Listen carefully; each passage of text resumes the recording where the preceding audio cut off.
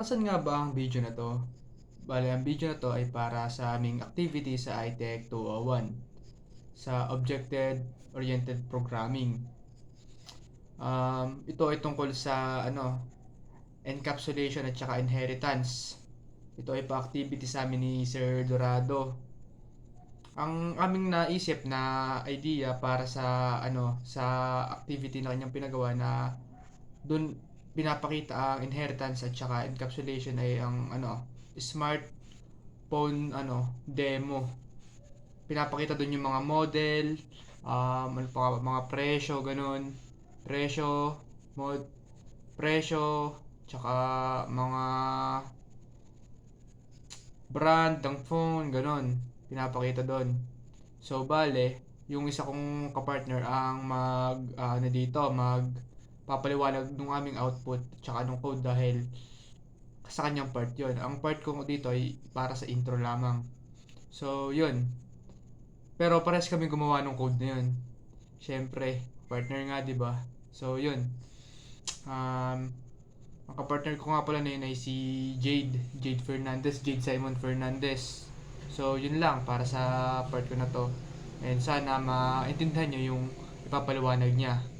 So ito pong aming code po sa aming smartphone.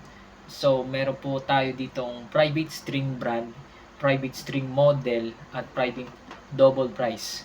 So ang mga private fields po is mga variables po na mga class. So ginagamit po ang private para hindi po direktang ma-access sa labas po ng class. Ito po ay encapsulation na ibig sabihin po ay kailangan po gumamit ng getters and setters para ma-access po or ma-edit ang data. So, susunod naman po is meron po tayo ditong constructor. So, ang constructor po dito is ginagamit po para ma-initialize at malagyan po ng value ng mga fields na brand, model, price. Kapag gumawa po tayo ng bagong smartphone object na this.brand equals brand semicolon, ang ibig sabihin po nan is ang value po na ipapasa sa constructor ay itatalaga po sa field na object po. And then meron po tayo ditong getters and setters. So yung getter po na get brand ay ginagamit po para kunin ang value ng brand. Tapos naman po sa setter is yung set brand ay ginagamit po mapalitan or baguhin ang value po ng brand. Ito po yung concept po ng encapsulation na pinoprotect po ang data sa loob ng klase po na dumadaan sa getter or setter kapag gusto pong ma-access or i-update po. And then, ito po ay kinukunin na pareho pong layunin po na kunin or baguhin po ang mga value ng model at price po. And then, meron po tayo po ditong mga method. So, ang method po ay nagpiprint po ng mga detail ng smartphone po na ginagamit po ang string.format na percent na off at price para makita po ang presyo na walang decimal places po.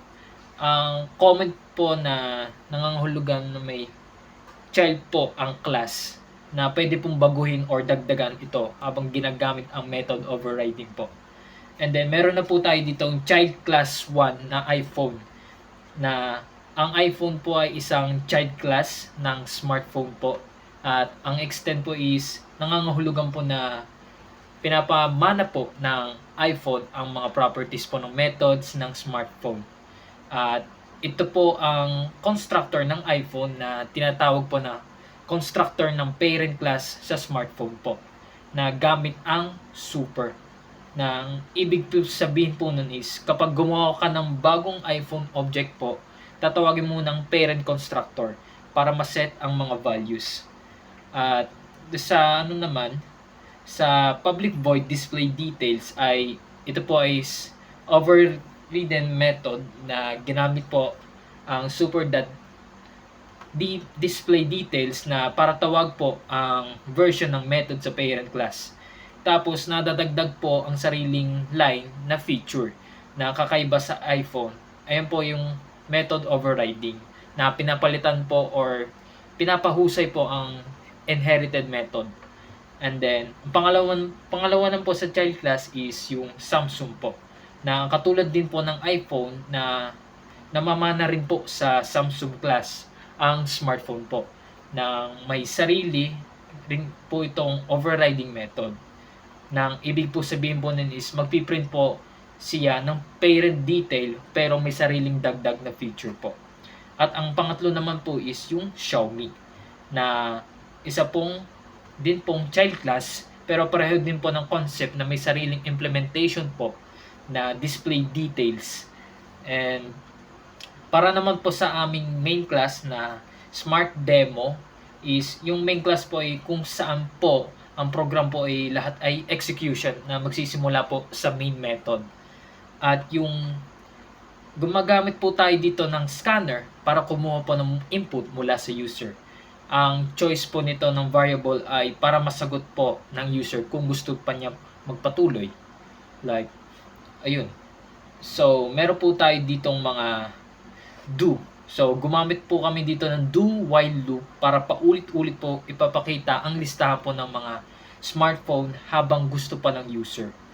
So, meron po tayo ditong trim, close parenthesis, dot to lowercase, close parenthesis, para alisin po yung mga extra spaces at gawing lowercase input para wala po yung error kahit iPhone na small letter or all caps ang itatype po. And then meron po kami ditong mga if at else if or at else. So ito po yung decision po ng structure ng if else na tumutukoy po kung aling klase po ng smartphone ang ipapakita based sa input ng user. So, tatanungin po kung gusto pa ng user na ipagpatuloy po. Kung yes, uulit po ang loop. Kung hindi, kung no po is titigil po. So, meron po ditong while na choice that equals yes. Hanggat may yes po ang sagot ng user is uulit po yung process po.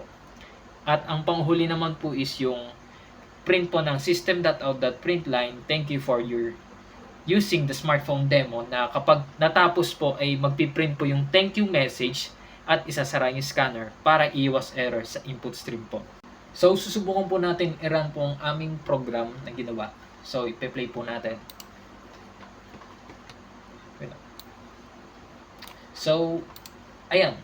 Pagka nag-ask po ng available smartphones ng iPhone, Samsung at Xiaomi, so mag-enter po tayo ng smartphone name. So, example, iPhone.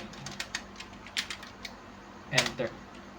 So, ayun, lumabas po yung iPhone details ng brand, model, yung price, at yung feature kung ano meron doon sa iPhone na yon. So, nagtanong po dito yung user kung do you want to check another smartphone. Pag kinilik natin yung yes, itutuloy ulit yung program. So, may iba naman. Tatype natin Samsung. Ayan siya. Lalabas yung Samsung details ng brand, model, Galaxy, model at price na feature na S Pen Stylus support enabled. So, paano naman kapag no? Ayun. Thank you for using the smartphone demo. So, uulitin natin yung program ulit. Paano naman kapag wala yung choices doon sa pagpipilian ng available smartphone? Halimbawa naman is try natin ng device na Infinix. So, lalabas dito yung sorry, that smartphone is not available. So, lalabas pa rin dito yung do you want to check another smartphone? Yes or no. Kasi kaya hindi ito lumabas na in-enter natin na Infinix dahil wala dito yung choices na pagpipilian do sa nilabas na program ng available smartphones. So, kapag kinilig natin yung yes, tutuloy ulit siya. So, Xiaomi.